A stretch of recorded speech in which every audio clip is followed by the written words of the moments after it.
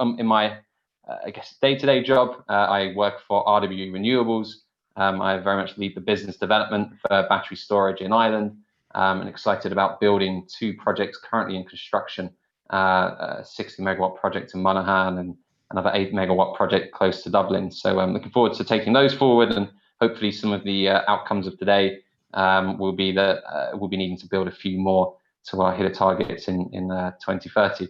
So just a reminder again, if you do have any questions, please use the hashtag #SavingPower on Slido, and we'll take those at the end.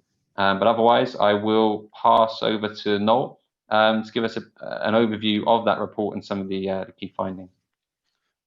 Brilliant. Thanks a million, Sam. Really appreciate the introduction and chairing the session today. As Sam mentioned, we're going to be using Slido throughout. For anyone who's on Slido already, you might have seen that we've launched our first poll. We're going to be running 2 polls today.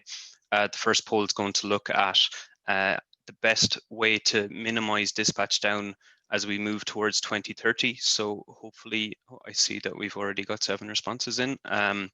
Just thought I'd flick over there so people can see. So you can see some of the options there, and we'll be talking about some of them as we go through the report. Is it moving to a higher SNSP? Is it further interconnection, new grid infrastructure, or maximizing the existing infrastructure? And we'll come back to that one a little later on.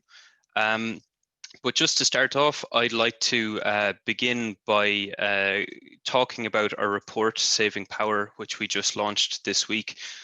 So we launched a report this Monday. Hopefully a few of you will have had an opportunity to look through the report and see some of the topics that we cover in and some of the ideas that we've put forward to minimize dispatch down going forward in the next decade.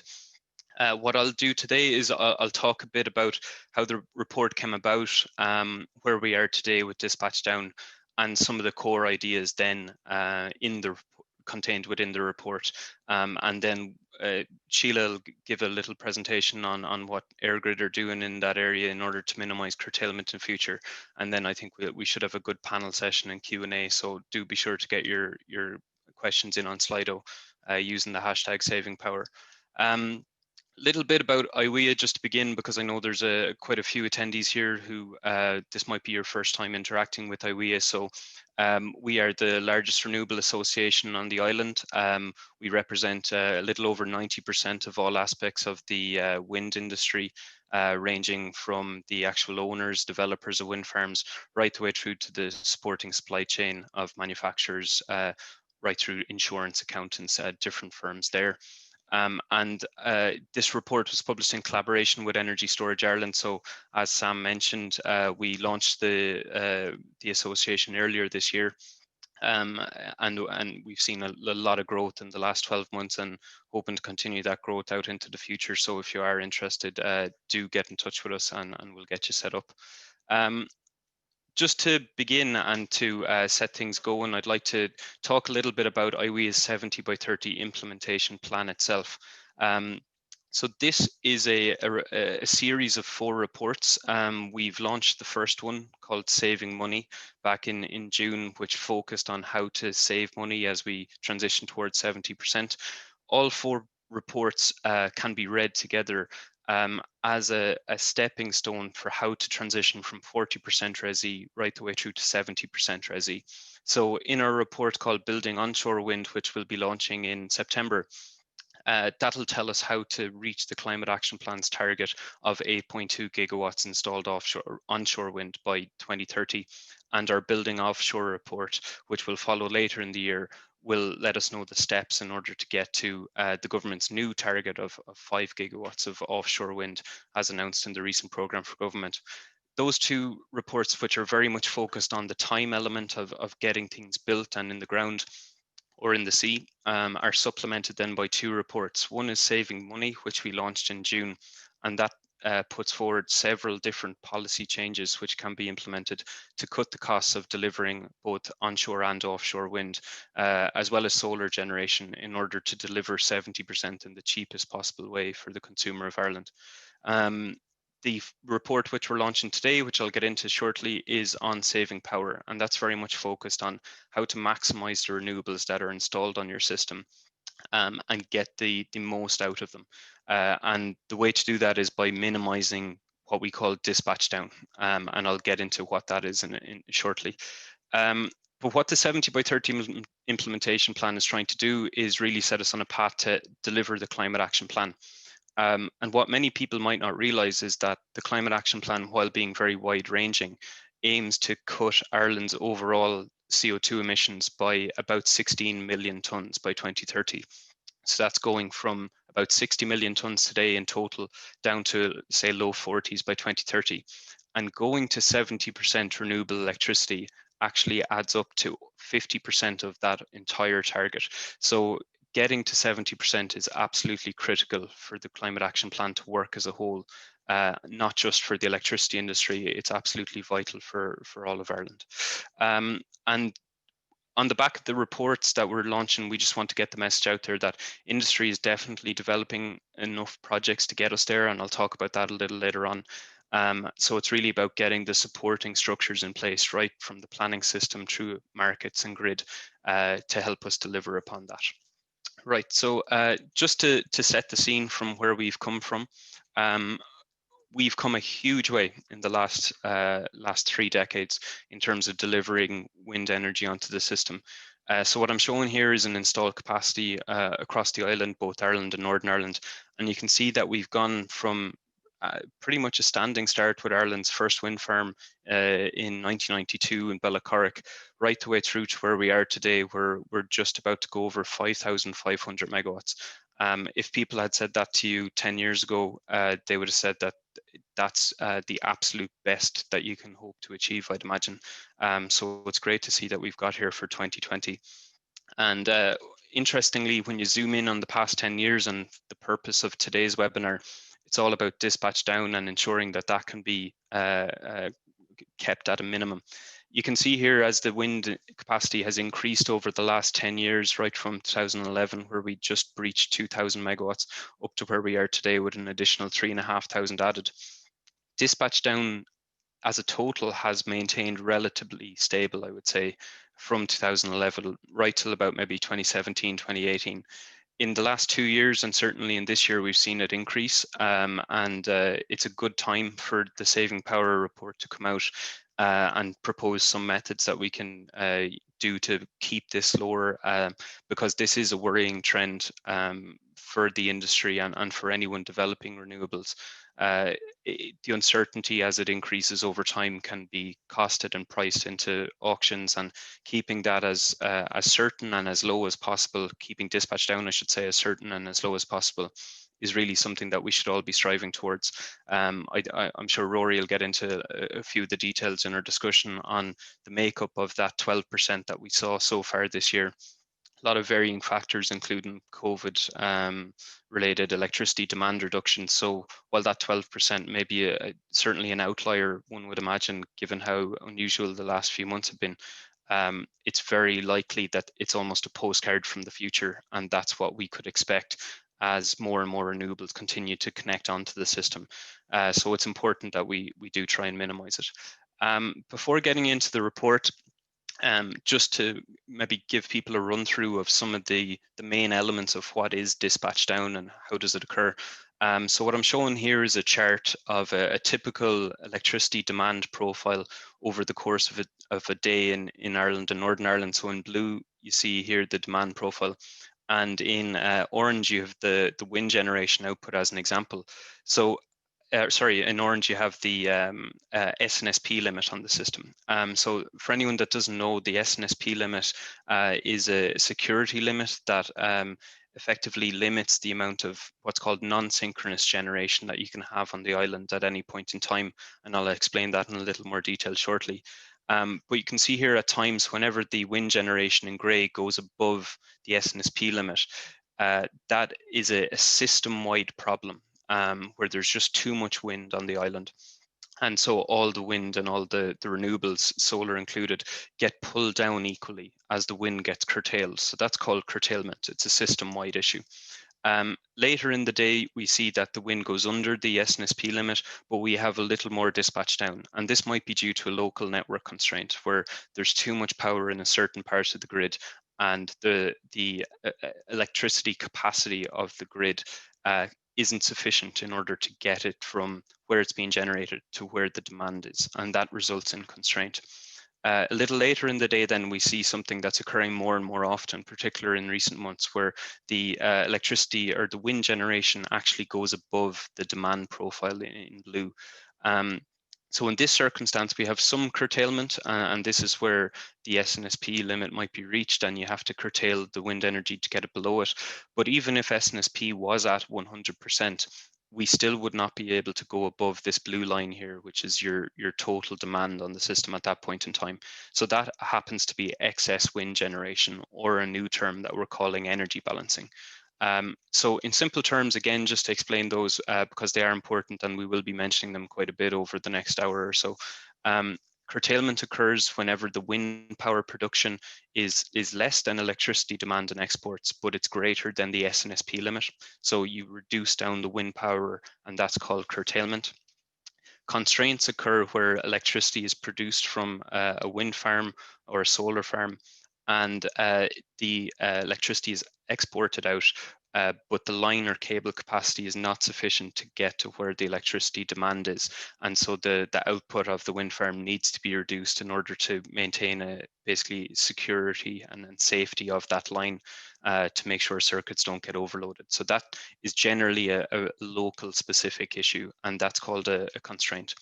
And then finally, the new term, which everyone is getting a little more used to in recent months, is called energy balancing, where we see curtailment occurring up to the point of electricity demand and exports.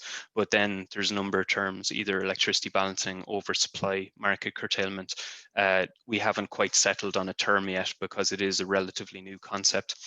But this is where there's just too much renewable generation to the electricity demand and exports available. So with that, we might get into the Saving Power report itself. Anyone that opens up the Saving Power report, what you're going to see in just after the exec summary is a table that we've tried to produce, which summarizes some of the main points within the report, and I'll get into each one of these individually in the next few minutes.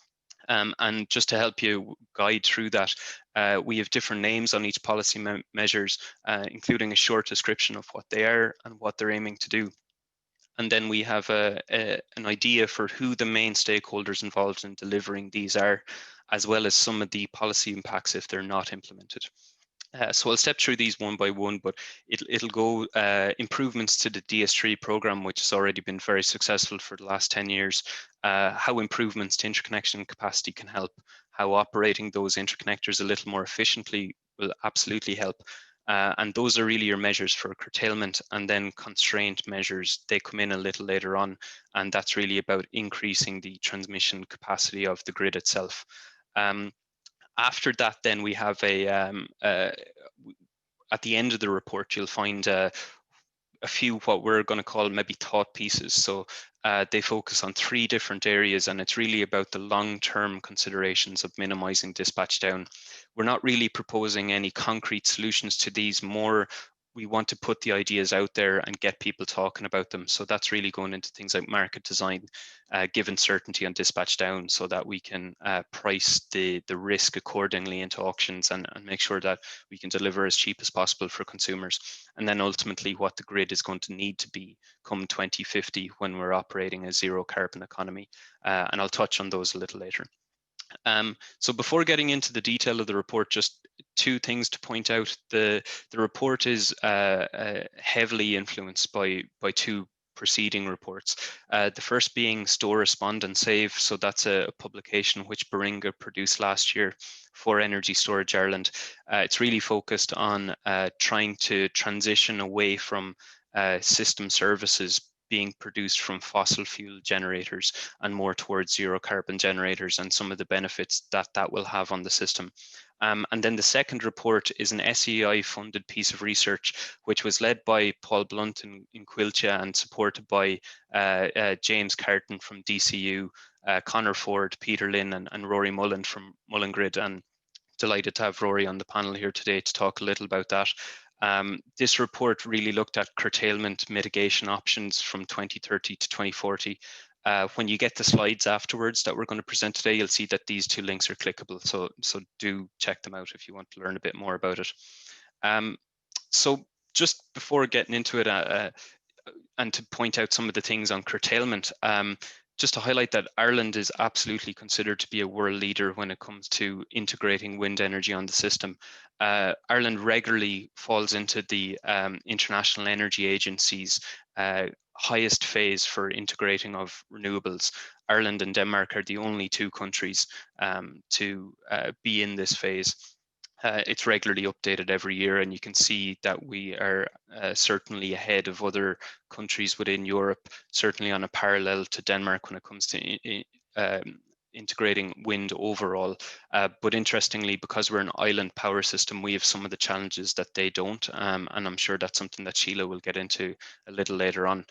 And then just to explain things a little bit, because I'm aware that certain people in the audience might not be too familiar with SNSP and how that comes about and some of the constraints that that leads to on the system. What is synchronous generation and what's non-synchronous? And this goes down to the core of why curtailment tends to happen on the grid. So these units here are synchronous generators, and typically they've been around on power systems now for pretty much 120 years, right from the very first power systems in the US. The entire physics of a grid was based around having synchronous generators available. So typically your hydro, your gas, coal, oil units, more recently pumped storage and biomass. And these synchronous generators are very large chunks of metal, essentially, rotating in synchronism, all at the exact same speed at 50 hertz. So what that means is that the generators typically would rotate at maybe 3,000 RPM, for anyone familiar with how your car works and how the engine works there. So about 3,000 RPM. And the power systems are designed on that. Non-synchronous generators then really are the new kids on the block. So they've been around for about 30 years, but research since the 50s. And that's really your onshore wind, your solar, your HVDC, and more recently battery storage. So they don't have any large rotating machines, and they help the power systems in different way to synchronous machines. And the power system needs to adapt in order to I guess, transition these onto the system and learn how to manage and deal with them more. And the differences between synchronous and non-synchronous lead to different operational constraints on the system. And one of them is SNSP, and this basically sets a limit for the amount of synchronous units you can have on the system at any non-synchronous units, I should say, that you can have at any point in time. So at the moment, that's 65%. So 65% of all of the generation on the system can come from this group, and 35 have to come from this group. And EirGrid are working towards increasing that to about 75% in 2021, and there's a strategy to increase it beyond 90% in 2030. And then the other constraint on the grid is minimum generation levels. So there needs to be a certain minimum megawatts coming from effectively synchronous generators on the grid, and they're quite locational based, and we'll get into some of that in our discussion, I'm sure. So going into the first recommendation from the report, so it's critical for DS3 plus, which is the next iteration of DS3, which I think Sheila will be talking about. From our research, it's critical for that to increase SNSP to about 95% and to reduce minimum generation levels to about 300 megawatts. So that's moving from the business as usual today, where we're at 75% and about 1,400 megawatts of minimum generation, down to 95% and 300 megawatts. And what that means is that both of these two lines represent a system in 2030 operating at 70% RESI. If we were to maintain business as usual standards, then curtailment on the system would be approximately 45%. So the amount of renewable generation you need to hit 70% RESI in that world is in excess of 20 gigawatts. So it's absolutely enormous. But if you can move to a system where you can use the generation much more readily, as you increase SNSP and you decrease the minimum generation level, there's a sweet spot here around 95% SNSP and 300 megawatts minimum generation, where you can, by itself, without any further interconnection or anything else, really nearly 1/3 the amount of curtailment that you'll see on the grid. So it's absolutely critical that this occurs over the next decade. Very important for EirGrid and ESB to get support for this through Price Review 5, which is EirGrid's and ESB network's current ongoing budget mechanism, which I'm sure we'll discuss in some detail. Supporting this, and one of the main areas we're going to need in order to deliver this, is to transition DS3 System Services from typical fossil fuel support that it currently primarily has, where most of the system services come from gas units or coal units, towards zero carbon services. So some of the DS3 System Services, they were introduced in about 2014, 2015. There's 14 different services. They help manage the system frequency and they help manage the system voltage. And the large majority of service providers at the moment come from fossil fuel units. And one element of the Store, Respond and Save report, which was published last year by Baringa, really focused on trying to get these services from non-carbon producing devices. So we've categorized system services into roughly 4 categories. So the first is reserve, and this is the support that the system needs if a fault or a trip would occur on the system. So basically, maybe a fossil fuel plant or a wind farm might trip off the system. The system has lost those megawatts. We need very fast response in order to keep the balance between supply and demand, which is a critical part of operating the grid. And some of the zero carbon technologies that can help provide that reserve would be battery storage, demand side response, or renewable generation like wind, solar, and hydro can do that too. Inertia would be the next category. So inertia is really the weight of the power system. So as soon as the unit trips on the grid, the frequency starts to fall. And the pace of that fall is determined by the amount of inertia on the grid. So with systems with high levels of inertia, it would typically be a very slow fall. With systems with low inertia, that fall tends to be quite quick. So the inertia is almost the brakes on your car that help manage the system as a trip occurs. And one of the newer devices, or it's an old device, I should say, but it's often repurposed, is what's called a synchronous condenser. So this is a rotating piece of metal that provides inertia to the grid without providing power. So and there is no fossil fuel component to it. So it is a zero carbon source. Reactive power then helps the voltage on the system. So this would be your keeping your voltage at a good level. So often in your own home, you can see that sometimes your lights might dip during a storm. This happens when there might be low voltage at your house because of a line tripping, for example. So it's very important to keep the voltage within limits and stable. Typically, fossil fuel plants have been providing reactive power, and they're very good sources of reactive power. But newer devices like StatComs or SVCs, or even synchronous condensers and renewables can help provide this also. Then ramping is the final category, and this is really about certainty and forecasting. So this is if you have a bad wind forecast or a bad demand forecast, or you've lost more units on the system than you were expecting and you haven't forecasted it. This is to make sure that your system is ready with ramping capability to ramp up and to meet the power that you might have lost or that you were expecting and it just didn't materialize because of a demand or wind forecast issue.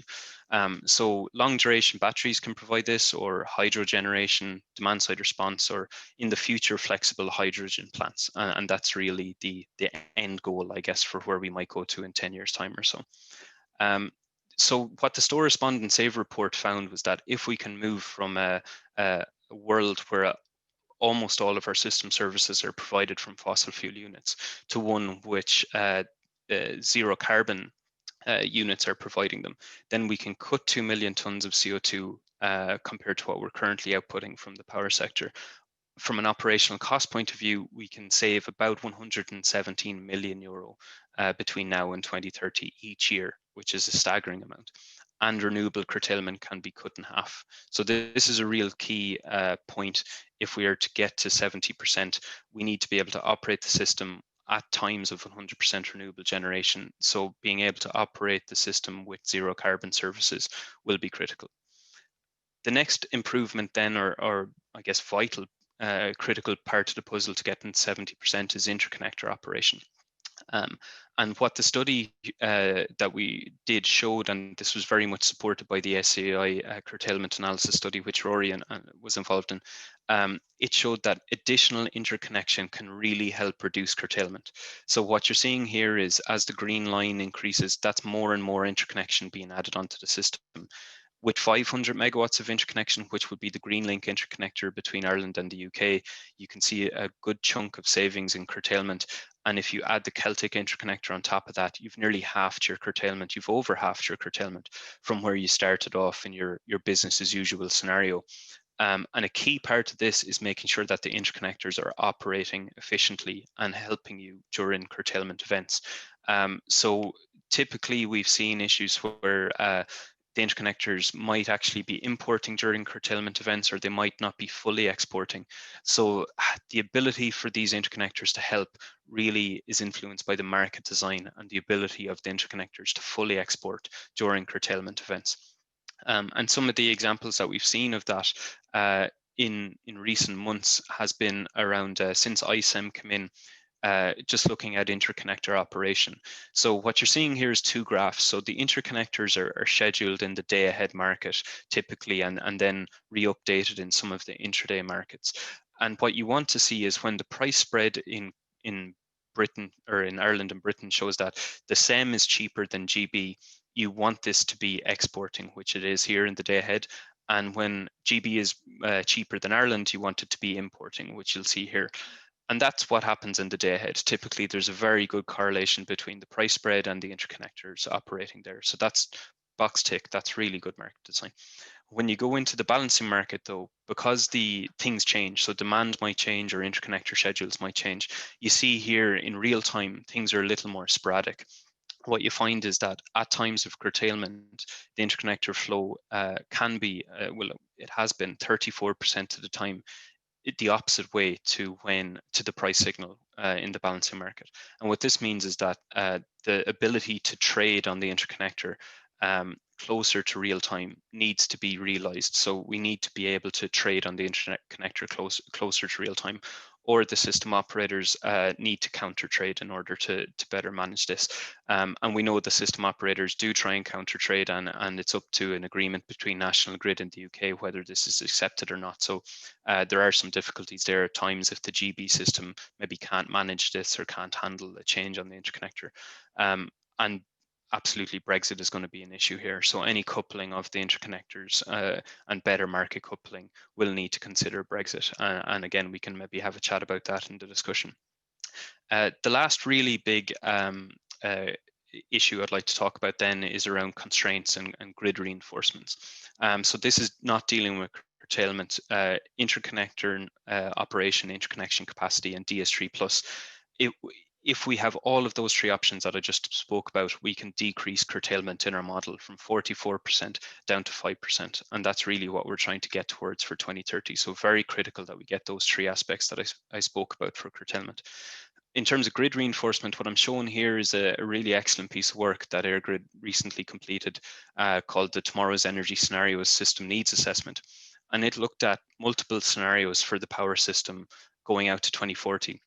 And it highlighted areas of the grid where we might need to see grid reinforcement. So what you're seeing here is EirGrid have identified 6 major areas where grid reinforcements might be needed. I think and you can see the extent of the triangles almost shows how much reinforcement might be needed or how urgent it is. So I think in order, it's almost Dublin, the west of Ireland, Dublin, where you've got a lot of data center demand, some offshore renewables will be connecting in there over the next decade as well. Certainly a big need to reinforcement the grid there. Then the west and northwest, you've got a huge amount of renewable generation there, which can't currently access the system without reinforcement. So those are 2 big areas as well. And then the southwest, Midlands, and southeast certainly need reinforcements, particularly southeast, maybe as we get more offshore onto the grid, and the Midlands is where a lot of onshore wind and solar will be connecting. So very important to be able to reinforce the grid to accommodate these, especially as this piece of work considered IWEA's recent pipeline survey, which showed that there's about 8 gigawatts of onshore wind in current active development and over 12 gigawatts of offshore wind in active development as well. So EirGrid are very much highlighting the need to reinforce the grid in order to help accommodate this. And in the report, we go through a number of different options. I've highlighted some of the 6 major recommendations here for helping reduce constraint. Early development of the transmission system is definitely our #1. So in previous times, the transmission system would have been developed once contracts were signed. We need to change that so that they're now developed in advance and based on the strength of the renewable pipeline, because contracts are signed at a much later point in time with res auctions happening every couple of years or every year. We can't wait until generators are successful in a res auction. They'll be connecting within 2 or 3 years from that. And given the lead times on the grid, we just need it to be progressed based on the strength of the pipeline rather than on the signed contracts once res is complete effectively. Big thing as well, and I have a slide on this, is just on price review. So ensuring that EirGrid and ESBN have the budget to deliver on the network build required and the system services and the assets will be absolutely essential. So there's an ongoing consultation on that, which I'll mention. Getting a new grid development strategy. So I know EirGrid are working on this at the moment, looking out to 2030. The last grid development strategy was released in 2016. I think industry are really interested in seeing how the grid needs to progress to facilitate 70% RESI and how to address some of the issues that we saw on the last slide. Establishing a grid capacity advisory forum. So we've seen with the DS3 program, that's had an advisory council for the last 10 years. Industry has participated in that very actively, and we've seen a lot of good improvements by bringing industry on the journey there and getting solid input as we progress throughout that. So establishing a grid capacity advisory forum with EirGrid and ESB networks along with the CRU, I think would be very important.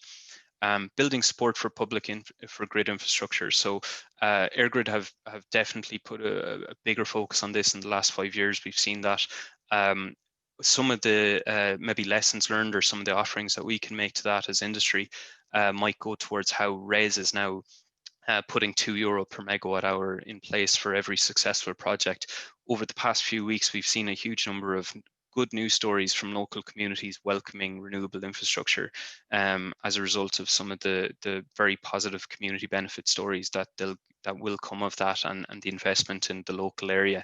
And I'm sure there's a lot of lessons that we can help support EirGrid with. And to be honest, this is something that the entire industry needs to get behind. It can't just be EirGrid out there trying to promote grid infrastructure. We need to help tie the message that a low carbon future requires grid, and it's up to everybody in industry to make sure that those two things are linked. Zero carbon will mean grid infrastructure. And then the final proposal is really just to maximize the capacity of the existing network through smart solutions and smart devices. There's a lot out there around that, using energy storage, using smart wires to get the best use out of the existing network, and better use of demand side response, which I think Sheila might discuss in a little bit as well. Last slide really on last 2 slides, I should say, on the price review. So just to give people a snippet of what industry is thinking, I've just taken some figures from the price review that we've seen. So this is the budget that EirGrid and ESB networks will be allowed for the next 5 years from 2021 to 2025. The consultation's ongoing. Really encourage people to get behind it. But what we've seen is that from a network spend point of view, it's great to see that the CRU have allowed the majority of the requests from EirGrid and ESB. So the majority of capital works will proceed as asked for, and similarly non-controllable OPEX, which is basically system services or forms part of that. That's also been given a green light there, which is fantastic. We've a bit of concern over some of the strategic initiatives that the TSO is trying to bring in to better integrate renewables. So things like improved control center tools, elements of the clean energy package, better market design, and early engagement with projects to make sure that they can connect onto the grid efficiently and quickly. Some of that has been disallowed, or there's some revenue challenges there. So I'm sure industry will provide plenty of support as to why these things are important, but just wanted to raise that. And lastly then, one of the studies that we showed last year is a report called Cheaper and Greener, really found that if you can save money through auctions by given certainty on dispatch down and given certainty that the grid will be reinforced through things like the price review. You can see here that if average strike prices to get to 70% can be 65, 60, 55 or 50, then the savings in wholesale prices to the consumers add up to a huge amount of money over the next decade. So if strike prices in future res auctions can be delivered at €60 a megawatt hour, this will see savings of about €2.5 billion over the duration of the next decade. That is effectively a budget that can then be used for the two price reviews to allow EirGrid and ESP networks to develop the networks to get to 70% and to develop the system services needed to get there. We've seen Res 1 come out with an indexed strike price, if you want to call it that, which is what this graph is showing, of about €64 a megawatt hour. So we're well within these bounds even after the first auction, and we would highly expect that to decrease over time. The first report in our 70 by 30 plan on saving money, that puts forward a number of policy options to get that down by as much as 30 or €35 compared to where we were at for Res 1. So highly recommend that everyone has a look over that. And again, the link will be in the slides that we circulate afterwards. On the future long-term changes that are included in the saving power, I'm sure we'll have a bit of a discussion on this, but they're really focused on the future market design, getting the certainty and dispatch down so that we can bid into auctions in the renewable industry with certainty and have a better view of costs. And then it's really about how to transition the grid as we move towards 2050 and try to integrate renewable heating and renewable transport along that path also. So I might stop there and I'll hand back to Sheila, I think, for the next presentation on SysFlex. Thanks very much. And again, please do get your questions in on Slido, hashtag saving power, and we'll have a look at the poll results after Sheila's presentation.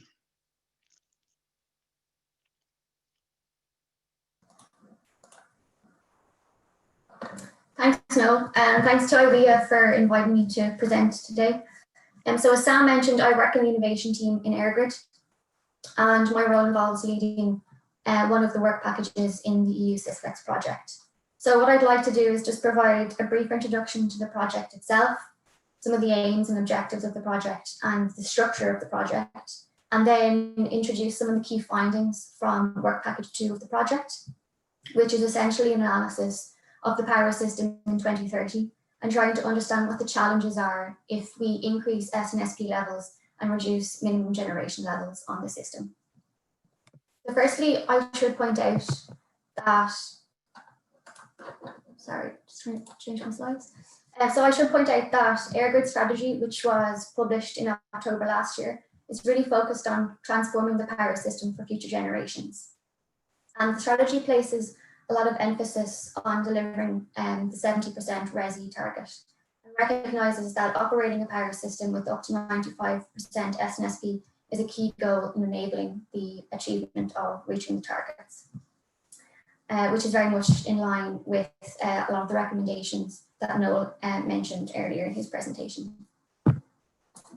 So as part of that strategy, EirGrid have a commitment to deliver a vision of the power system for 2030. And this is very much work in progress, so I can't really speak on the specific details, but there will be more information published in the coming months. And essentially the vision aims to establish the basis for developing the most economic and deliverable solution for how we can get to 2030 and achieve 70% RESI target. The vision also seeks to create pathways for delivery of the solution for 2030 and to create a framework which allows for an informed discussion with all stakeholders across the island of Ireland, acknowledging the huge role that we all have to play in the coming decade. So as I mentioned, it is very much work in progress, but it builds upon a lot of the existing initiatives that are already existing within the company. And the EU-SysFlex is just one of those initiatives.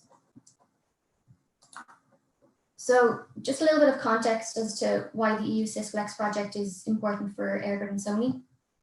In much the same way that the facilitation of renewable studies in 2010 laid the groundwork and led to the development of the DS3 program, which drove us towards reaching 75% SNSP and the 40% RESI target. EU-SysFlex can also be viewed as scoping work for delivery upon reaching 90% plus SNSP and ultimately the RESI target. So it's very much scoping work for the development of the next program, or the next phase of the DS3 program. In addition to the importance of EU-SysFlex for developing and scoping a new program, it also allows us to achieve greater collaboration with partners across Europe to share some of our knowledge and experience, but it also gives us an opportunity to maybe influence policy direction across Europe through the development of a roadmap. So the project itself is funded by the European Commission. It's a cross-sectoral consortium project with more than 30 partners from across Europe, and the partners include TSOs, DSOs, technology providers, consultants, and a lot of researchers from universities. The approach taken in the project is very much twofold. So there's a top-down approach that looks at the power system and system needs, and there's also a bottom-up approach which really focuses on demonstrating and proving capability from a range of different technologies, as well as developing business models for scaling those technologies up to meet the system needs. So the project itself is divided into 12 interrelated work packages, ranging from analysis of system operation and market design, all the way through to data management platforms and different protocols for data exchange. There are 4 work packages which are dedicated solely to demonstration projects. So that's work package 6, 7, 8, and 9. And there's a wide variety of different technologies and different system services being demonstrated. The overall project, as I mentioned, aims to provide a roadmap for change for the pan-European power system in 2030. And this will all culminate in work package 10, which will collate all the results and findings from across the entire project. I'd like to point out that the EU-SysFlex website has a lot of different documents and information relating to the project, which has been published. There's also a number of webinars that were held during the summer. So I'd invite you all to look at some of those webinars if they're of interest. So I'll just move on and speak about work package 2 in a little bit more detail. I think it's probably the most interesting work package from this webinar's point of view anyway. So work package 2 is the starting point of the project because its goal really is to understand the challenges that might be faced in the 2030 power system when we increase SNSP levels and we reduce minimum generation levels. So we really need to understand what the challenges are now so that we can put the solutions and mechanisms in place in order to reach the 7% RESI target. So work package 2 seeks to answer some really key questions for EU-SysFlex. So the first question is, what are the technical scarcities that we might be faced with in a future power system, not just in Ireland and Northern Ireland, but also on the pan-European power system. We also want to try to understand what the value is of utilising system services to mitigate some of those technical scarcities. And finally, we want to be able to demonstrate a range of different solutions which are needed to address the technical scarcities. So the work package started off in 2017 with a very detailed literature review, which was very important for providing an indication of the direction where we needed to look for in terms of the issues and scarcities. And then the subsequent tasks within the work package were really focused on developing scenarios and models so that we could investigate technical scarcities. Task 2.4 then did a lot of analysis and identified a wide range of different technical scarcities. And then task 2.4 also performed, task 2.5 also performed some financial analysis and found a number of different challenges in that domain. So in terms of task 2.4, the findings were largely as we expected based on our literature review. Essentially, there are very, very significant technical scarcities emerging when we move to very high levels of renewables and we increase SNSP levels. So the table is quite powerful in showing that there are a lot of scarcities appearing in Ireland and Northern Ireland, but what the table also shows is that we're seeing issues first. So we're seeing very unprecedented challenges ahead of the pan-European power system because of the nature of our system, because it's lighter, it's smaller, and it's less interconnected. But what is interesting is that while we're seeing a lot of scarcities now, the European power system generally appears to be evolving towards having very, very similar issues. And ultimately, without going into any of these scarcities in a lot of detail, ultimately, if these scarcities aren't resolved, if we don't have mitigations in place, we're going to be in a very, very difficult situation, and we will not be able to move the system towards very high levels of SNSP, and ultimately we won't be able to reach our 7% RESI target. So in relation to task 2.5, we also found that there are a lot of financial challenges. So we found that, as expected, adding more and more renewables to the portfolio does result in carbon emission reductions. But if we can't change operational policies, if we can't increase SNSP levels, the full decarbonisation benefits associated with renewables can't be realised. And this is because without the flexibility and capability in the portfolio, significant increases in curtailments do occur. In addition to the system operation impacts of adding more and more renewables, we've also shown that the energy market alone cannot provide sufficient revenue at very high levels of renewables. Ultimately, what's happening is that there's a downward trend in energy market prices, which impacts on energy market revenues. And even with very high carbon prices, significant financial gaps still remain for all technologies if reliant on the energy market alone. So in the report on task 2.5, we use Ireland, Northern Ireland as an example, and we demonstrate that incorporating enhanced system services, which we modelled by assuming higher levels of SNSP and reducing some of the system operational constraints.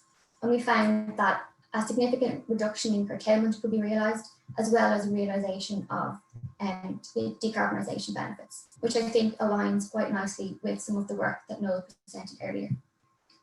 Not only that, but the estimation of the value of system services that we performed in task 2.5 indicates that the value of system services could be higher than 700 million by 2030, which is comparable and in some cases greater than the total financial gap experienced by the entire portfolio in a high RESI scenario.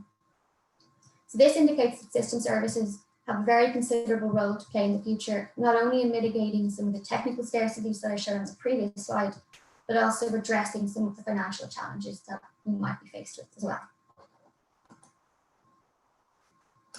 So the key conclusion from work package 2 is that incorporating high levels of renewables into the system and the need to increase SNSP levels and decrease system minimum generation levels in the system will result in significant technical challenges necessitating a wide range of different mitigations.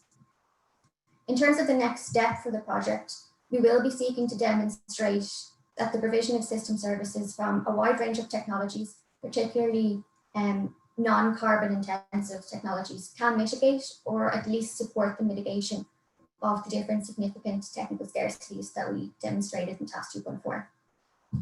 We'll be using the same models and methodologies and scenarios that were developed previously in the work package, but the models will then be updated to include new technologies, new capability, and new operational policies.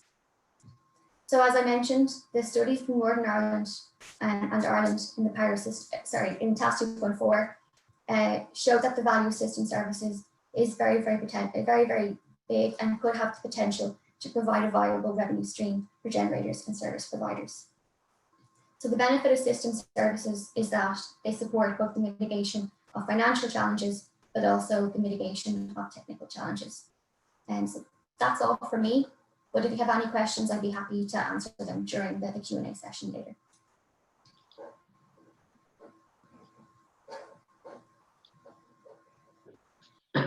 Thanks a lot, Sheila. That was a really useful, interesting presentation. Thanks, Noel, also for the overview of the Saving Power report. We're going to move now to a bit of a panel discussion. We've got a few questions over the next 15-20 minutes, and then we also see some questions coming through on the Slido. So if you do have any more from the presentations you've just seen, or anything that comes up through the panel session, please do. It's hashtag Saving Power on Slido. So I think the first question I'm going to put to Rory, I guess as manager and a key part of IWEA's Dispatch Down working group, would be really interested to get your first thoughts with regard to report? What's sort of currently happening with dispatch down, and how might this look going forwards to 2030? Yep, thanks, Sam. Firstly, I thought both presentations were great, and it was a good introduction to the whole topic. It just sort of some figures and maybe where we are at the moment, because a lot of what we've been talking about is what things might be in 2030 and beyond. 2019, we've probably seen dispatch down with constraints at about 4.3% and curtailment about 4%. So that's the dispatch down of controllable generation. That's probably the first year where we had actually constraints higher than curtailment. So, you're starting to see constraints becoming a bigger problem, particularly in particular areas like Northern Ireland and the Northwest and along the West Coast. Other areas seeing lower levels of constraints. That sort of dispatch down, that's probably about equivalent to 3% of the total electricity requirement. So that basically meant we had to produce 3% more fossil fuels, 3% more emissions, CO2 emissions. And that's the amount of money we're talking about that dispatch down of over 8% cost was about 77 million. So that was in 2019. So sort of moving into 2020, it's sort of been a strange 6 months in a way up to the end of the second quarter, because obviously you had the very high winds in Q1, and which is great, obviously, in terms of revenue generally. In the second quarter, still reasonably high winds in some of the months, but also the drop in demand probably with COVID to some extent. And we actually seen quite a ratchet up in dispatch down levels. I think we've seen about constraints 5.2%, so still very much material, but we actually had curtailment at 8.6% across that half of the year. So actually, the first half of the year, we're actually at 71 million of lost revenue. So for the forecasting towards the end of the year, it's going to be well over probably 100 million of lost revenue because of dispatch down. And in terms of the that's probably increasing CO2 emissions by over 5% because of the fact we've thrown more fossil fuel generation. So that's sort of showing the context where we are at the moment and the ratcheting up, particularly of constraints. I think up until first half of this year, which has been a wee bit unusual, in 2019 the 4% curtailment was probably in line with what people were expecting, and probably in the curtailment side very much reflecting the good work that was done in the whole DS3 program of bringing up the SNSP and reducing down the min-gen. So that's sort of just some of the figures. Just a couple of other comments just about, suppose, what our working group is doing. So it's a very active working group. We probably have contributors from all the major asset owners across the island, north and south. I think representing over 80% of the operational wind farms.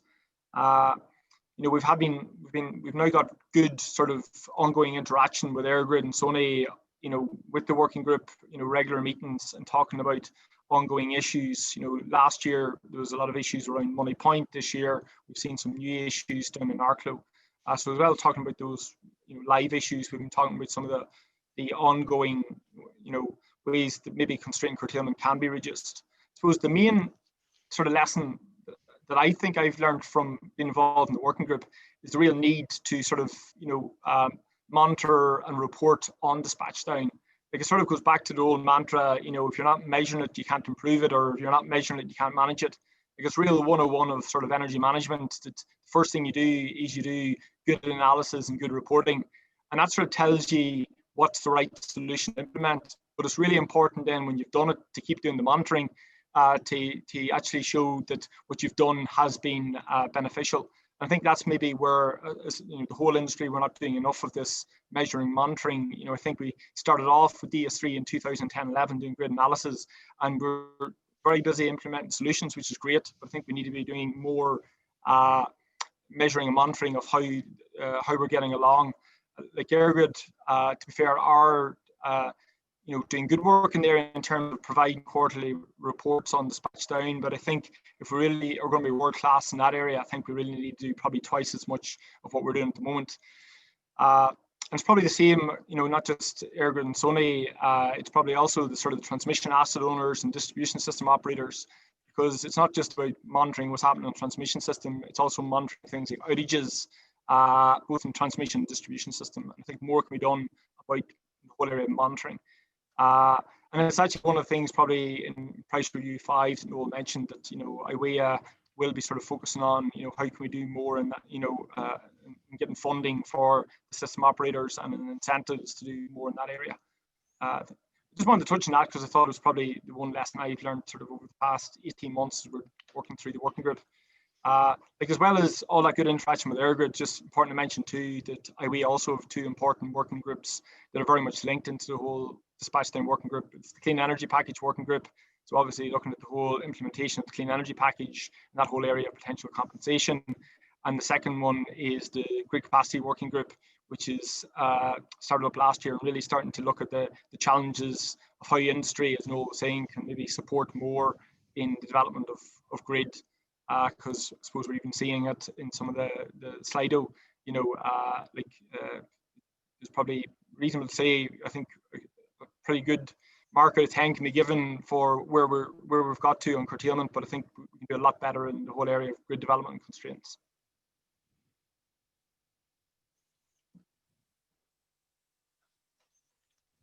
Thanks very much, Rory. And I guess sort of a large, I mean, showing the importance there and the impact of dispatch down. And as sort of Sheila mentioned, a large part of this will be the system services. And I think one thing I'd be quite interested, Sheila, is if you could elaborate a bit further on what the value of that system services market will be in 2030, and also what's likely to happen then as well with the energy markets when we're talking about a world with 70% renewables. Sure, yeah. So based on the work that we did in Task 2.5 in SysFlex, we're seeing a lot of different changes happening in terms of the energy market. So what we're seeing is that as you add more and more renewables, conventional plants get displaced. They operate less and less, which is a good thing for costs, prices, as well as carbon emissions, driving all of them down. There's also a shift towards needing more flexible technologies to kind of counteract the variability in the renewables. But if we rely on conventional generation to provide the flexibility that we need, that's going to impact upon the decarbonisation agenda. But what we demonstrated in Task 2.5 is that if we can enhance system operation because we have enhanced system services, or because we have more and more system services coming from non-conventional technologies, we are in a position to reduce curtailment, and we are in a position to increase the decarbonisation benefits. So in terms of the work that we did in SysFlex, we saw that our system prices were falling. On average, they could fall by up to 30%, depending on the scenario you look at. We're also seeing that there's an increase in time spent with zero marginal prices, which is having a huge impact on the revenues that are available. So with the revenues are falling, there's going to be financial gaps appearing for different generators. And what we were seeing was that it's not just renewables that are impacted, but it's also conventional plants. So across the entire portfolio, there are financial gaps appearing. So what we did was we employed the same methodology that was used in 2012 to estimate the value of system services. And what we found was that in the highest renewable scenario, the value could be as high as 700 million per year by 2030. And this isn't even considering the positive externalities that are associated with having system services. That's purely just being able to accommodate high levels of renewables. And in the same scenario where the value was about 700 million, the financial gaps that we were seeing were between 285 million and a billion, depending on the different assumptions you can make on investment costs. So really what the findings of EU-SysFlex Task 2.5 are showing is that there is huge benefit in having enhanced system services, that there's sufficient value in system services to provide a revenue stream that will be able to mitigate the financial gaps that we were seeing here, as well as mitigating technical scarcities.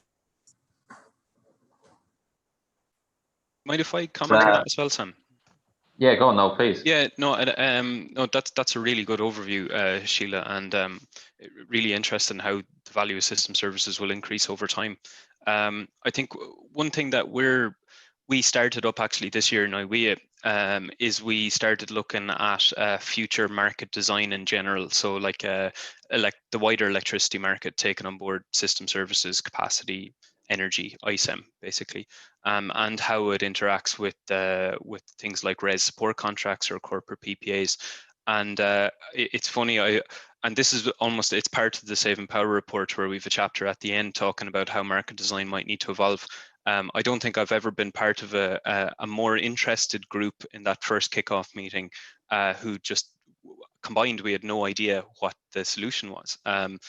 We knew that there was likely to be problems where you're going to see a huge volatility, I imagine, where you've got a lot of times of zero or negative prices in 2030, when you've got huge amounts of renewable generation on the power system that are, say, zero marginal cost. And then at times when there is no renewable generation, with things like the ETS and carbon prices increasing, fossil fuel units will get more and more expensive in the energy market over time as that's priced in.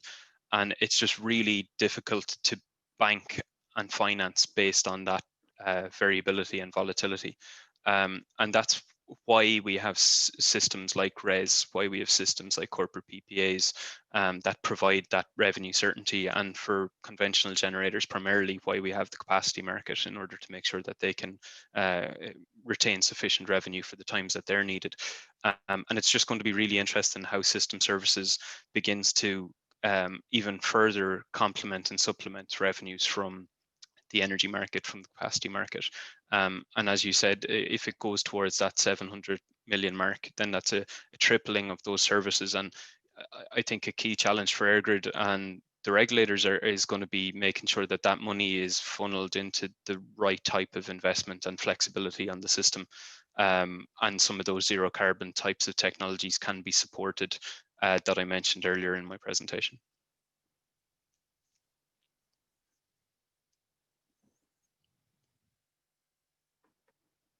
Excellent. Yeah, thanks, Noel. Thanks, Sheila, very much. Certainly perks my interest hearing sort of the size of that market, being a developer of battery storage and where it can grow to. So that's but hopefully with lots of savings. So it's really helpful. I wanted to move on as well. I wanted to talk a little bit more, sort of coming back to constraints. And you flagged earlier, Noel, in your presentation, around how important PR5 will be in an enabler for grid development and constraints. Would you talk just a little bit more about that and its importance here? Yeah, so I covered it a bit in my presentation, but Price Review 5 is basically the budget setting mechanism for 2021 to 2020, at the end of 2025, for EirGrid and ESB networks, and it'll set things like their resource and their business plans effectively for the next 5 years. And it's such a critical price review to get us towards 70%. All of the work that we've done as part of the 70/30 implementation plan has shown that we need early movement on getting to that target. And if you don't invest fully in the first 5 years of this decade, then you're never going to catch up in the second 5 years. So we can't have a price review where it's a wait and see mechanism, where we do incremental investments in the first 5 years to get us to a situation where we do very large, big infrastructure investments in the second 5 years. That just won't work. And it is very encouraging in the submissions by EirGrid and by ESB to see that they have asked for a substantial budget for things like capital expenditure for the existing transmission network to sweat the assets and to upgrade it, and then also for new reinforcements. And we will need new reinforcements, that's for sure. And I think the work of tomorrow's energy scenarios has shown that. It's great on the ESB network side that we're seeing a lot of ambition there in terms of electrification for, say, heat pumps, EVs. Very important that budget for that is allowed, and that we can see demand and just consumers as a whole participate in the energy transition. There isn't much point in bringing along the generation side if you're not also bringing along the demand side, because we will need very proactive demand, and we will need consumers being on this journey of decarbonisation as well. So I think in IWEA dispatch down, or PR5 working group has over the last few weeks taken a look at the consultation. It's a hefty one. You're well over 1,000 pages of material there, so it's taken us some time to kind of work our way through it. And I think it's really important for all of industry to really get behind the consultation and the submission to make sure that EirGrid and ESB have the revenue that they need in order to develop the system and to deliver on the system services that Sheila mentioned in her presentation.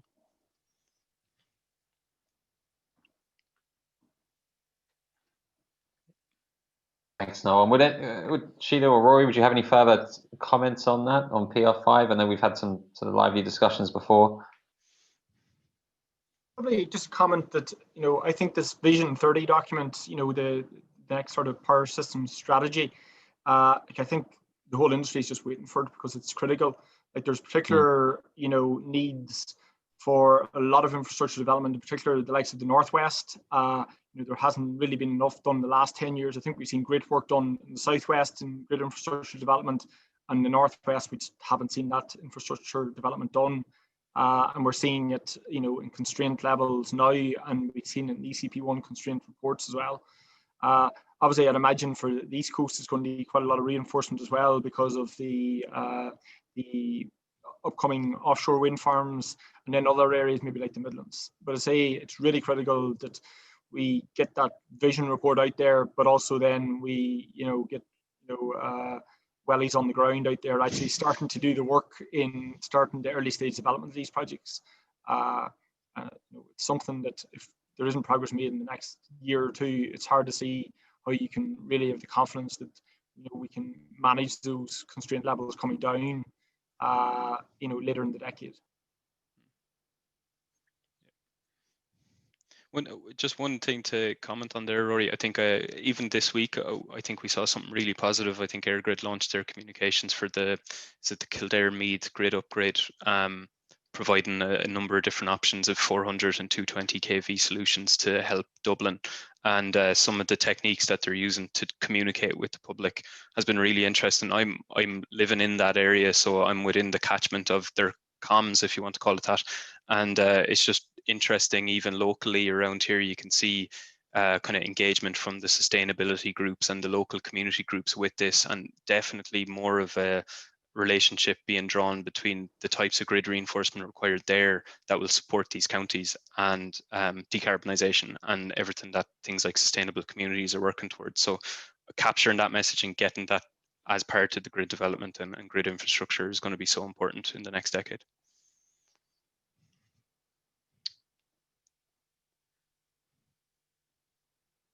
So I'll have one last question, and then we'll take it over to the floor.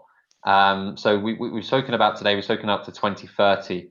I think what a lot of people would also be interested in is what do we expect to see as we move towards 100% res and out to 2050. I think I may have some views on this, sort of being from the battery storage world, and will certainly be the advocate of sort of the role that storage can play in meeting a lot of our short-term balancing needs and certainly avoiding curtailment and system services. But I know there is constraints, there is in terms of its limited duration. And as we start getting to these sort of much higher percentages renewables sort of beyond 2030, I realize that we'll need other technology solutions to fill the gaps and still allow us to operate a secure grid up to 100% renewables. So I'm going to put that question to everyone to give your views and what else we might see or think is needed to get to that in 2050. So I'll ask Rory first. Yep, thanks, Sam. Well, actually, in the SAI report, we actually looked at 2030 mainly, but we also looked a bit at 2040 and how we sort of move towards that 100% renewables. And like the first thing, it was more of the same. So it is more of the whole DS3 100% SNSP and reducing MinGen further, hopefully getting it to near what was in the storage report that was talked about earlier. Further interconnection, and obviously alongside the curtailment stuff was managing the constraints, is all the stuff we talked about so far about building wires. But the other thing we actually did some work looking at was green hydrogen, because we had some good input from James Carton, DCU. And I think what's interesting beyond 2030 is it's a big energy problem. we sort of estimated in 2030, like the total electricity, you know, that's going to be dispatched down due to curtailment, total electricity demand of Cork City, Limerick City, and Athlone. You know, and then if you take constraints on top of that, you know, it's another big energy problem, you know, particularly in the areas I've mentioned already, the Northwest, west of Northern Ireland, and probably some other areas depending on the build out of renewables. So that's sort of the big energy problem that's there. But then we also need to consider that sort of only about 20% of our energy is electricity. You know, the rest of it is heat and transport. And obviously electrification is going to do something to, you know, address some of that, hopefully renewable electricity. But when you take those sort of two problems, you know, together, you know, you need a big energy solution. And, you know, obviously part of the solution is obviously the huge renewable resource we have, which is fantastic. And, you know, we'd be really stuck if we didn't have it, you know, whether it's the onshore wind, the offshore wind, and the solar. But the sort of the enabler I can sort of see linking, you know, that renewable energy and, you know, the decarbonisation of heat and transport. I can see green hydrogen providing, you know, maybe that enabler. Now, at the same time, it's a huge amount of work to be done in the area. It's really at a standing start, right the way from, you know, supply, you know, at the user end all the way to the generation end. There's a huge amount of work to be done there. It's good to see the work already being done in the likes of the Energia project in Northern Ireland. But I think we need to do a massive ramp up in looking into that area in the next 5 years and see how viable it really is as a solution for Ireland. So that's, you know, sort of mainly off the back of the SAI report, where we did actually look at some of the potential uses of green hydrogen, you know, in that sort of 2030, 2040 context. Thanks, Rory. And same question to you, Sheila. So something that we're planning on looking at in SysFlex in Task 2.6 in terms of finding solutions and demonstrating that they can mitigate scarcities is potentially looking at residential demand side management. So one of the benefits of residential demand side management is that it's quite a large resource, but it's largely been untapped to date. And the other benefit is that it's kind of dispersed across the country. So you have load centers right around the country. So some of the benefits that residential demand side could bring include things like energy shifting, providing some of the reserve system services, but also potentially helping with some congestion management. So we're going to try and demonstrate in Task 2.5 that, you know, up to particular adoption rates, which we'll have to keep low between now and 2030, there could be significant benefits associated with incorporating more demand side management from the residential sector.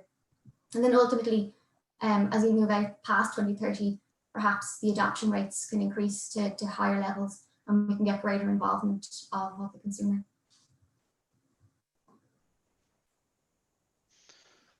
And lastly to you know, yeah, last but not least. I'd say if I had to gun to my head, the biggest one is probably I'd support Rory's green hydrogen and long-term storage and just enabling the heat and transport sectors also. But just to keep the conversation moving, and one of the other ones that I'm also a big proponent of in IWEA, certainly in members who are involved in the grid group would know this a lot.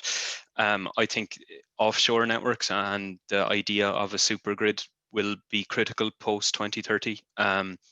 If you look at, I guess, the scale of things coming along the line, and if you look at the pipeline of projects that we have for onshore with 8 gigawatts, offshore minimum of 12 gigawatts, looking to develop towards the end of this decade, early next decade. If you look towards the programme for government in Ireland, not just supporting 70% this decade, but also enabling a plan for Ireland to export 30 gigawatts and having that plan in place and the supporting systems in place by the end of the decade. In order to do that, you need huge amounts of offshore network. We've seen how in GB, there was major bottlenecks and constraints between a very windy Scotland, where there's a huge amount of wind generation up there, and a big constraint in the northwest, northeast of Great Britain.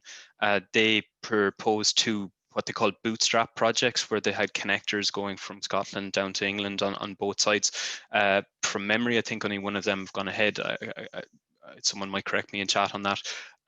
But it's that type of solution and optioneering that we probably need to start thinking about for some of the more difficult parts of the grid to develop.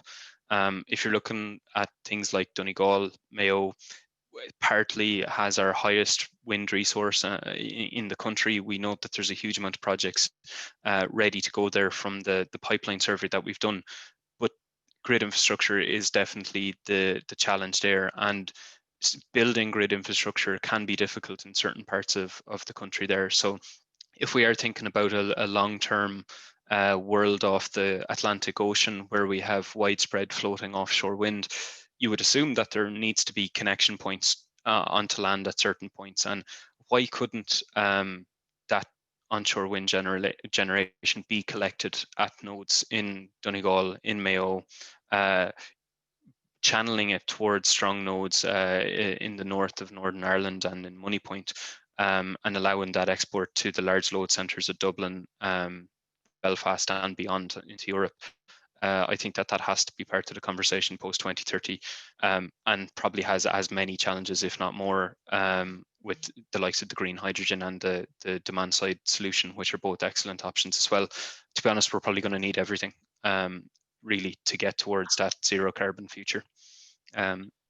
Maybe actually last thing I'll just say, Sam, is that IWEA recently have gone out to tender for a new study that we're planning to do on what a zero carbon economy in 2050 might look like for Ireland, and what type of portfolio you might need, what type of grid you might need.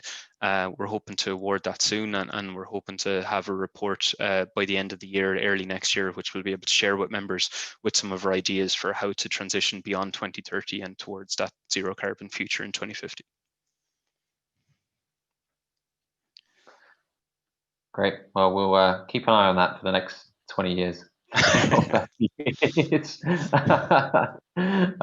Yeah, thanks very much to everyone on the panel today and the presentations. Just before I head to the Q&A, I don't know if you'd like to put up the results of this first Slido poll, if you can. Yeah, indeed. So if people remember, we were asking what is the, and I'll just switch over to the polls here. We were asking what is the primary, most important improvement needed to minimize dispatch down to 2030.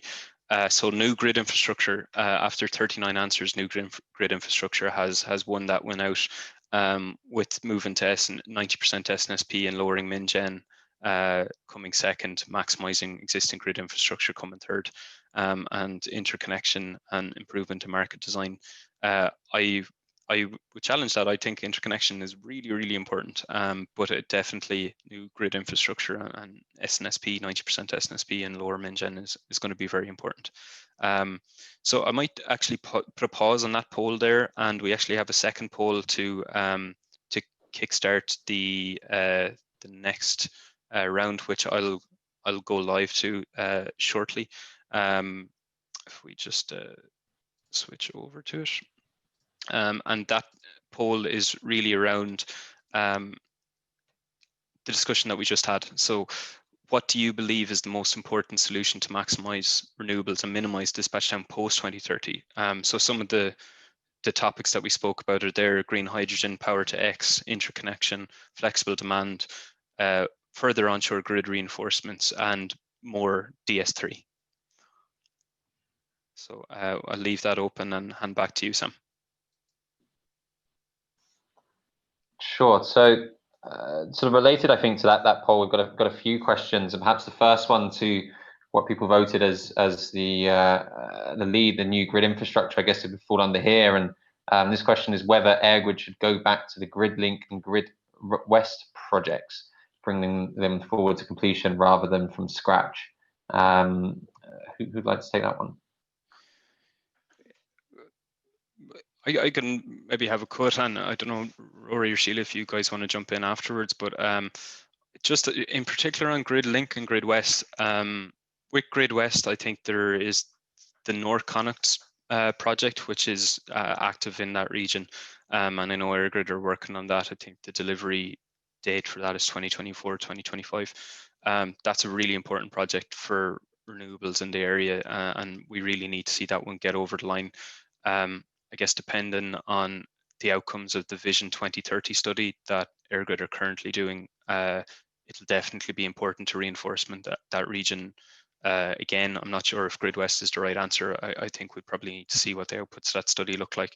And then with GridLink, GridLink as a project and as a circuit, I think is definitely stopped. But there are, I think it was called the Regional Solution Project that EirGrid had proposed, involving upgrades around the grid there and upgrades to the 400 kV lines from Moneypoint to Dublin.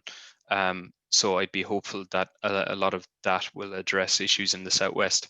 And if you remember back to the slide that I showed earlier on the needs assessment study that EirGrid carried out to 2030, the southwest was actually in pretty good shape in that, even with more and more renewable generation connecting onto the grid.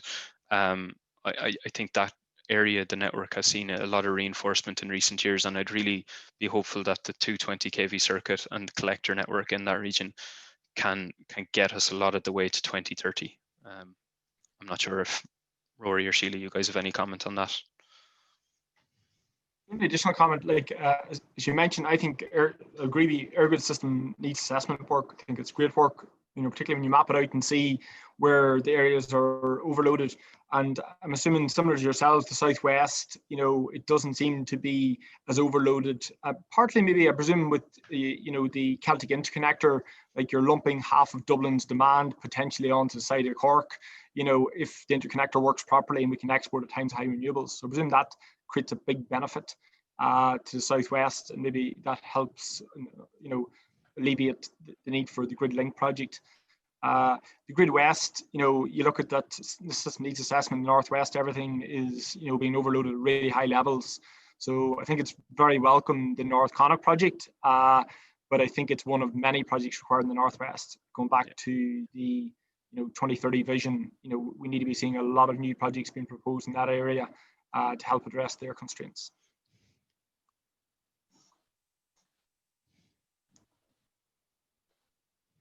And then I guess another question linked to the poll there, and maybe some of the skepticism why it didn't get the votes there, Noel, on interconnectors and the role they'll play. There's a question there on whether, although they'll decrease curtailment, could they cause issues in increasing overall constraints?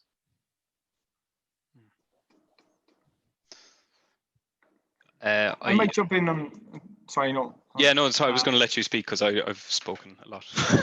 No, it was more, it's probably linked to something myself and you are both were involved in discussions on, Noel, that we're actually seeing at the moment that there's actually some outages, issues in around Arklow, and what's actually happening is because of trying to manage curtailment, you're trying to get as much energy out across East-West Interconnector, you know, but at the same time, one of the avenues to Dublin and that interconnector is up through Arklow. So by facilitating exporting on interconnectors, minimize curtailment, you're maybe increasing constraints because of the outage issues in Arklow. So it sort of does demonstrate how interconnectors and exports do change flows on the system, and the new interconnectors will change flows in the system too. And unless we're actually, reinforcing the system at the same time to allow for those changing flows, you can end up with constraints. I think it's also quite interesting just what's happening in Arklow and maybe to some extent Moneypoint as well, is that to some extent there's, because we've connected so much renewables onto our system, maybe haven't built out as much grid to stay ahead of that. The amount of fat that's there in the system has reduced a fair bit. So it means that whenever unexpected things happen on the system, we are seeing, more constraints, whether it was the Moneypoint outage or the Arklow outage now. And that sort of goes back to reinforce why in the likes of PR5, where they're spending a lot of money, doing asset replacement and all that there, that's all really, really key because, we have a lot of old assets on our system. They need replacing, upgrading. And trying to maybe at the same time create a bit more fat in the system to allow for contingencies, because they do happen. Maybe one thing just to add on to that, and they're all great points, Rory, is market design is going to be absolutely critical to how the interconnectors operate. And I think I threw up a slide showing that we've reviewed from the beginning of ISEM up until I think it was the end of May we did the analysis to, and we saw that the interconnectors in real time are going 34% the wrong direction in times of curtailment. and that's as a result of the coupling of the SEM system and the Great British system. Just having a divergence of a number of hours, so things that are happening closer to real time can't be updated in things like trades, and the market can't get access to it. There is a new coupling system coming across Europe. It's called the Single Intraday Market Coupling, SIDC, and that would potentially have huge benefits to interconnector operation. I think a lot of other countries that have had it implemented in Europe have seen really good improvements to how the interconnectors have been operating. But I think the elephant in the room with that is probably Brexit. And if the GB market is no longer part of IWEA, the European market, then there doesn't seem to be much point in coupling Ireland to SIDC when the UK is not, or GB is not, and so we've no access to the European market.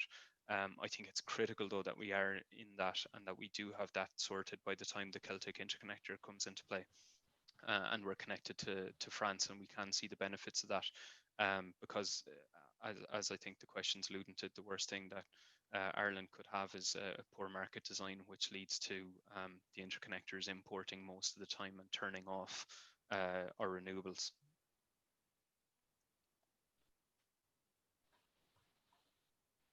Thanks, guys. And perhaps segueing there from the B word, a question for you, Sheila, I think, on to what extent the rules that could be set at an EU level could limit Ireland's ability to procure zero carbon system services needed to achieve 95% SNSP. So to be honest, I haven't looked at this yet. The analysis that we were doing in SysFlex was very much focused on what would we need to see happen across Europe, and what do we need on a technical basis to enable us to get to 95% SNSP. We didn't consider any constraints imposed because of EU rule sets or anything like that. So I'm sorry, but I can't really answer that question. I'm not sure if anybody else on the panel has any thoughts on that. I'm not sure. Knowing Paul, Paul's generally all over European policy. I see he submitted the question, and I wonder if this is something to do with the system services workshop that occurred yesterday, which some attendees might have seen, where it seems that things like the electricity balancing guidelines are going to have a big impact on how system services will work in the future, and how, I guess, auctions for products daily will need to be brought in at a certain point in time. We're probably at a really early stage of that.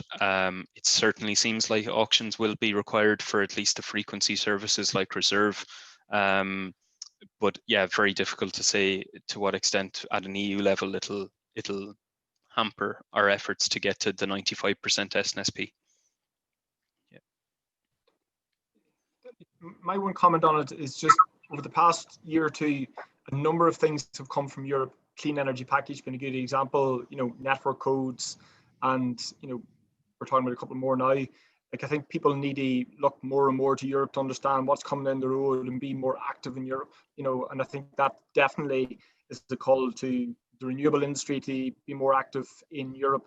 But I think obviously the other industry stakeholders, the system operators, the regulators, the government, I think we need to be a lot closer to what Europe is thinking, and maybe going forward, maybe a bit more involved in trying to set some of the agenda a bit more, considering we're really at the coalface of these issues, and they're going to be the followers.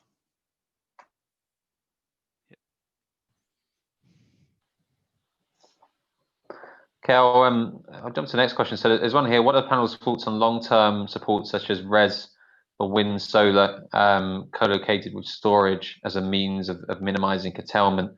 I guess I can give a view here just in terms of the links with storage. And certainly sort of right now there is no long-term support in place for this flexibility. So I think that is clearly going to be some form of requirement to minimize dispatch down as the growing renewables comes on. So whether there is something introduced in the future that could provide that incentive, whether it's co-located or standalone, I think we certainly need to see something, or certainly at least need to see clarity Probably touching on some of the stuff Noel said around the future market design. Right now, we see a system services framework which could end in 2023, which is very difficult for investors to bring on the sort of infrastructure like storage that is certainly going to be required. So hopefully we've seen sort of very early stages of that market design consultation. If there is any long-term incentives where it's secured, or at least sort of a clear framework, that would certainly be helpful. If they could add it to anything like as part of future resolutions, and we have seen it in other markets such as the US, which is perhaps sort of the most advanced in places like California. It has been a requirement to add storage to renewables to help minimize the curtailment effects and also constraints. Put that out to the rest of the panel if you have any further thoughts on that. One comment I'd have, Sam, is that I think we just need a bit of clarity on what the actual arrangements for DS3 are going to be post 2023. And I know that the ongoing consultation that the regulators have out there, that'll hopefully give us an answer in the next year as to what that looks like. And the reason that that's important is the res auctions are happening now. We've had a very successful first one. We're going to have a huge amount of new generation on the system as a result of that. And that generation doesn't know yet what the system services supports are going to look like. So even if they wanted to co-locate storage or any other DS3 system service device with those projects, they can't, because well they can, but it'll be at a complete risk without knowing what the investment is going to look like and what the return is going to be. So the sooner we get an indication on what the future of DS3 system services looks like, the better that participants entering into RES can not only try and co-locate some system services devices, but actually think about using revenue from DS3 to supplement revenue from RES, which will then lead to lower bid prices as a result of that, because you know you've got some certainty on your revenue from DS3.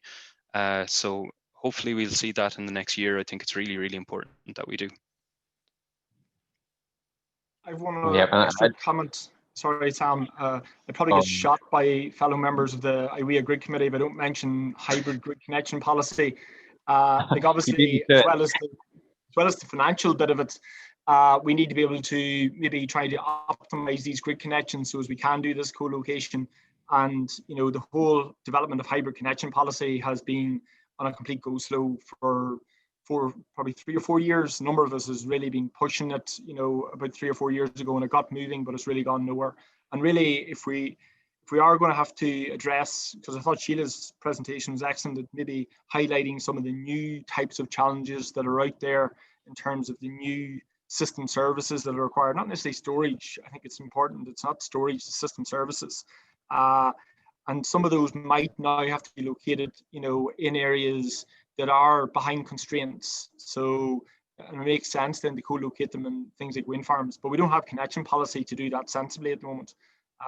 So we really, the connection policy, if it's not being developed on a proactive basis, it just come back to bite us that we won't be able to do, you know, provide the smart solutions that we're talking about here. Because at the moment, you know, connection policy tells you not to locate a lot of the time, you know, these system service providers alongside things like wind farms. That's not right, but that's what it is at the moment. So definitely a call out for the whole development of hybrid connection policy to be, you know, to be prioritized. It's not the sexiest thing in the world in terms of development of, you know, DS3 and all that there, but, you know, at our end, it's important. Yeah, I was just about to mention that. Go on, Sheila, sorry.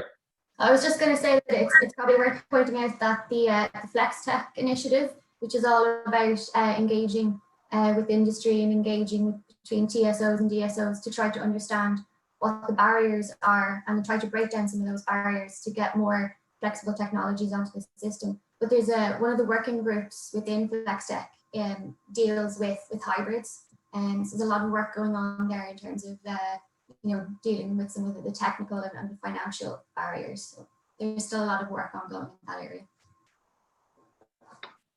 Yeah, that's a really good point, and certainly just to add on hybrids, sort of the technologies there, we really could see some significant cost savings by locating storage in the same place as renewables, and we're even seeing now sort of designs for sort of DC coupled storage with renewables, which saves significant costs. But of course, you need the ability to share capacity, and that needs the policy to develop. So it will see lower costs in provision of renewables, lower costs in provision of system services. So yeah, certainly sort of hopefully we'll get those sort of views across in FlexTech and see that develop in the next couple of years. Another question, I'm not sure whether this is putting you on the spot, Sheila, as the representative of EirGrid. We've got a question regarding whether a clear timeline from EirGrid will be provided for completing their network development plans necessary to meet the 2030 70% res targets. So the first thing I'll say is that I don't work in network development, unfortunately, so I'm not really in a position to answer with any real authority on that. But what I will say is that there's a lot of work going on developing the vision for 2030.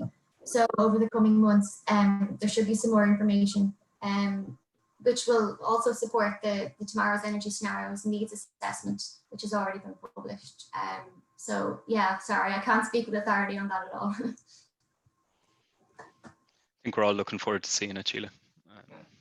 Only to sort of put it sort of back as well on industry is that we've talked about PR5, probably the most important consultation I think is on this year.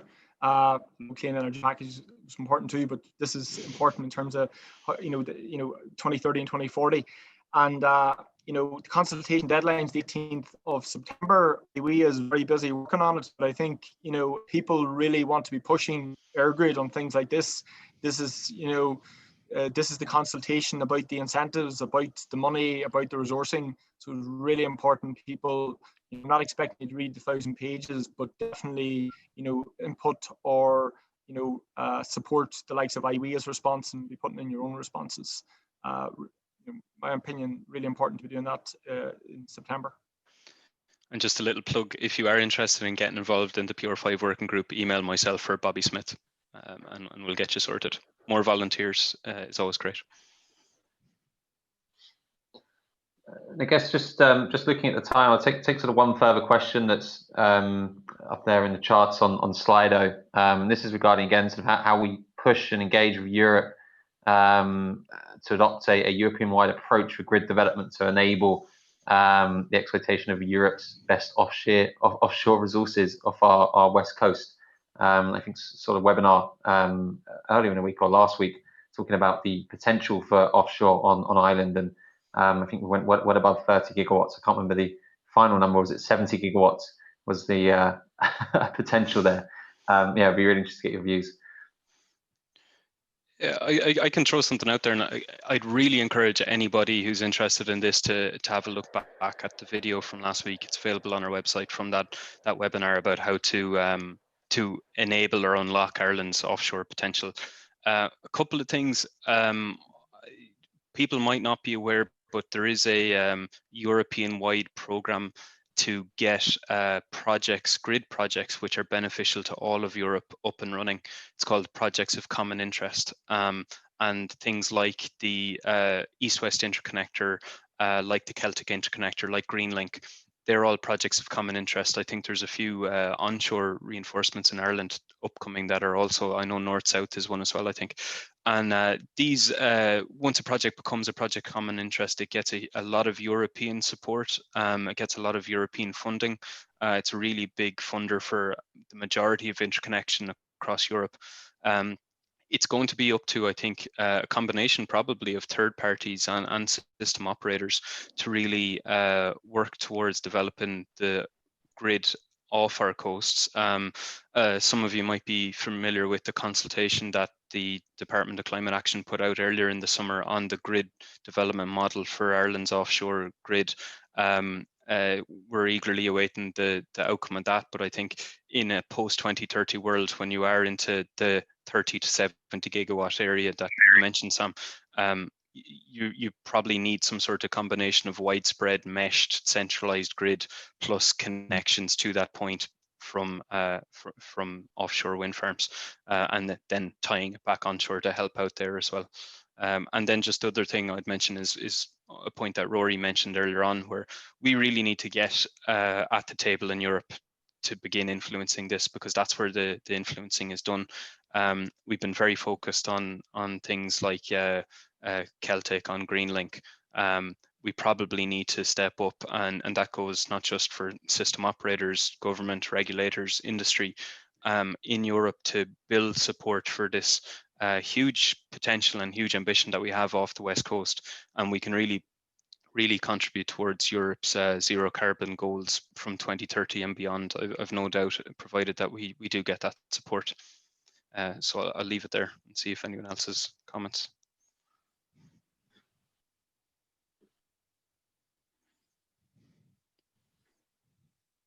I think the grid development bit's been well covered. Just looking at the poll, I have to push green hydrogen again.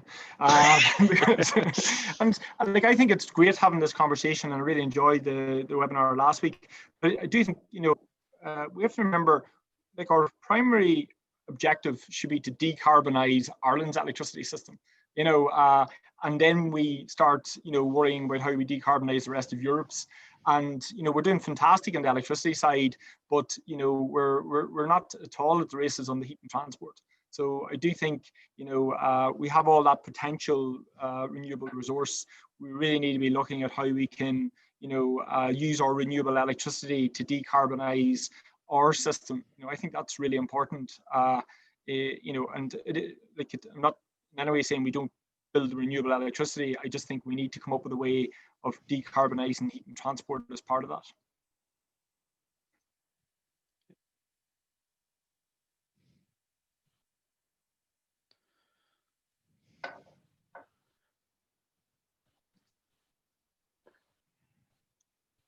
So it might be then, Noel, might be worth having a look, just to close there, just a final look at the second poll, and I think covering a couple of points we were just discussing at the end. Yeah, so hopefully you can see that there. I've just switched the screen. So 35 votes, it seems like a third of you want, it's actually updating as we speak, but interconnection, offshore networks, followed by green hydrogen, followed by flexible demand. So we definitely, the three of us, we did our job in promoting the three of these as the top options. Further DS3 enhancements, people might think that by getting to 2030, we've probably done almost as much as we can do there, and we really need to focus on other things, which is probably a fair comment. But I think we're going to need all of these, that's for sure. And you're right, Rory, green hydrogen, that's the key to a zero carbon economy, I think, rather than a zero carbon power system. So let's get working on it. Excellent. It's a great way to finish. Yeah, thanks so much for the panelists and giving me the chance to chair today. I think I'm right, Noel, the webinar has been recorded. Yep. So this will be available. Please share for anyone who wasn't able to make it today. Please do have a good look through the report, which goes into a lot more detail. Check out the outputs of the SysFlex study as well, which Sheila discussed. Again, really interesting stuff coming out of there. Otherwise, yeah, thanks very much for everyone who joined, and yeah, I look forward to taking the discussion forward in the future. Thanks, Sam. Thanks all. Thanks very much.